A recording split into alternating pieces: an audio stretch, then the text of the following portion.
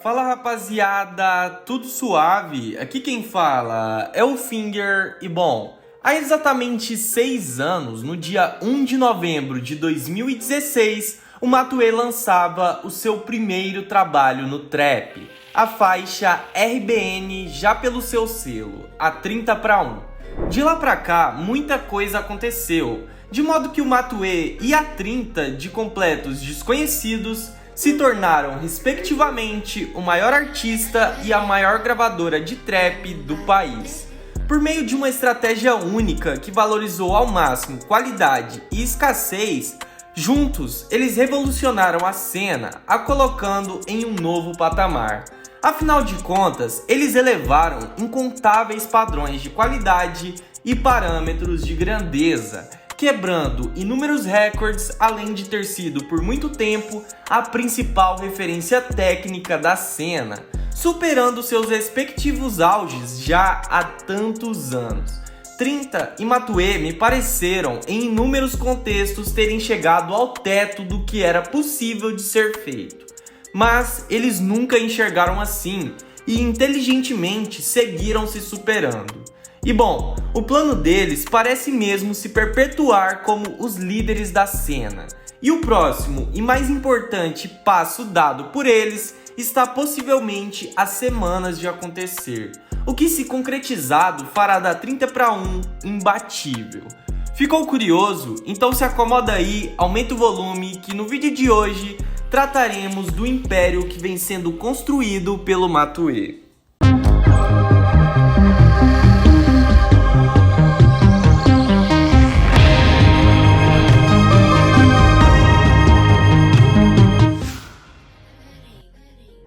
Não há hoje um nome que se compare em importância, relevância e grandeza ao Matuê.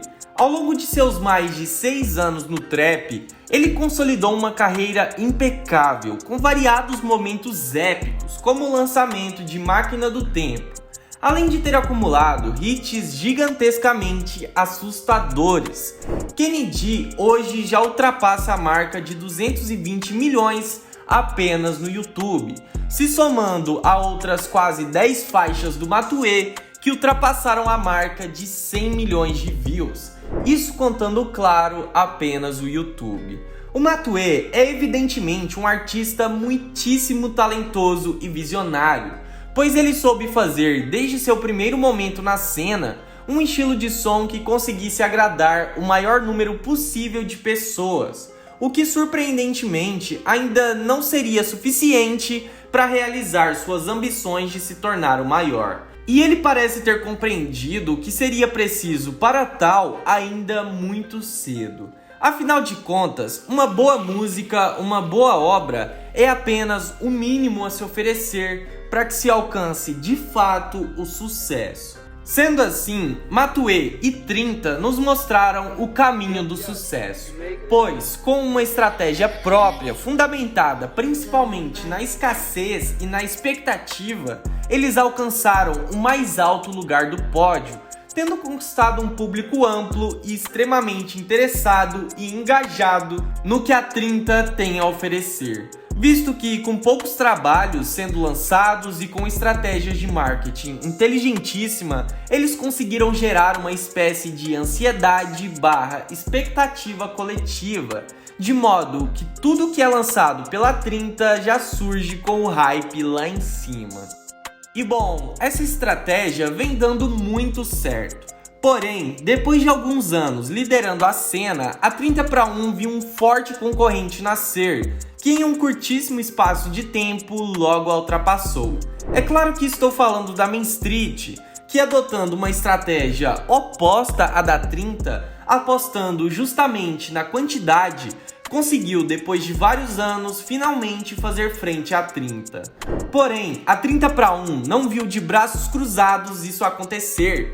Na verdade, eles já trabalham há alguns anos seu projeto de expansão, que somente agora vem sendo executado. O projeto da 30 consiste basicamente em criar e consolidar artistas que sejam tão grandiosos e relevantes quanto o próprio Matuê. E nesse processo, eles encontraram a priori o Will, que vem sendo preparado já há alguns anos. Porém, uma pausa dada por ele em sua carreira retardou esse processo, que foi retomado pouco depois com a contratação do Teto. O Teto não fazia parte do projeto da 30, porém ele surgiu do nada como um fenômeno com suas prévias, tendo uma sonoridade parecida à da 30. Nisso, a 30 viu nele uma perfeita oportunidade de mercado, além de um enorme potencial a ser trabalhado. Com um surgimento tão único, a 30 teve que se adaptar ao furacão Teto, uma vez que sua estratégia de escassez não se adaptaria bem à situação do Teto, que pedia urgência. Afinal de contas, estamos falando de centenas de milhões de views dispersadas em reproduções piratas de suas prévias. Cada dia a mais sem lançar qualquer trabalho poderia significar a perca do seu hype e, por que não, de dinheiro também. Entendendo a situação única do Teto, a 30 agiu de uma forma inteligente ao logo lançar sua prévia até então mais estourada, M4, pelo canal oficial do selo, acrescentando a ela o feat do Matuê e sua consequente visibilidade e credibilidade. Poucas semanas depois, eles lançaram um EP do Teto que agrupou algumas de suas principais prévias.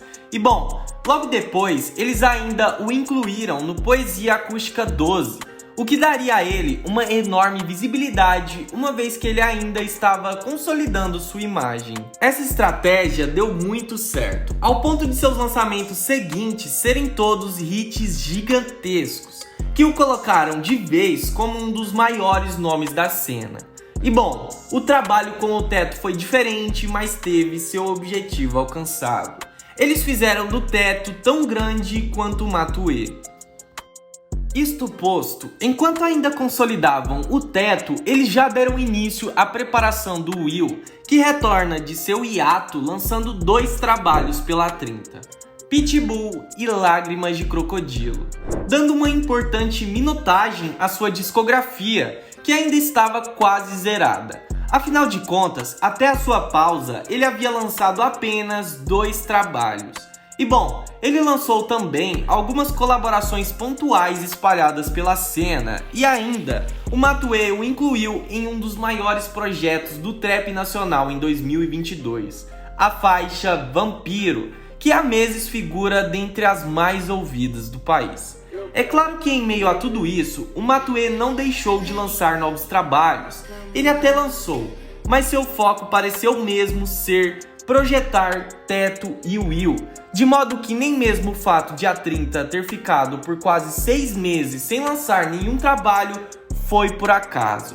Essa pausa foi estratégica, uma vez que um hiato de tantos meses acabou gerando uma ansiedade enorme no público, de modo que todos queriam ouvir qualquer coisa deles. E bom, não por acaso quem volta à cena pelo selo é o Will, que na iminência de lançar o seu tão aguardado álbum de estreia, aproveita sozinho o hype do selo. Em seu retorno, o Will logo de cara lançou Felina, feat. Rian SP, que já é hit no TikTok, figurando também dentre as músicas mais ouvidas do país. Qual será a sensação que ela sente em se olhar no espelho e ver que é a mais gata?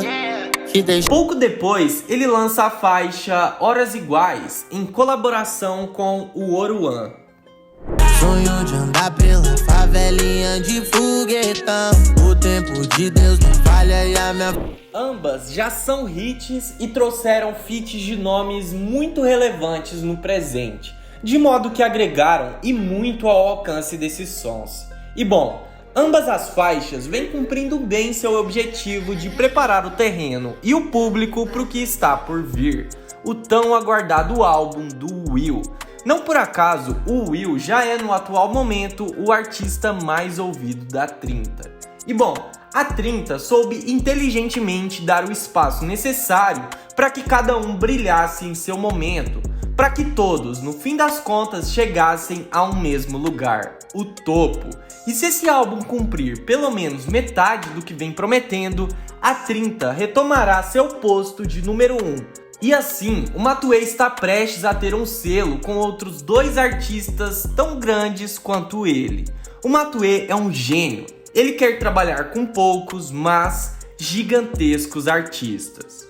Enfim, rapaziada, comentem aqui embaixo o que vocês pensam a respeito desse processo de expansão da 30 e, é claro, não se esqueçam de deixar o like, se inscrever, seguir nossas redes sociais e a nossa playlist no Spotify.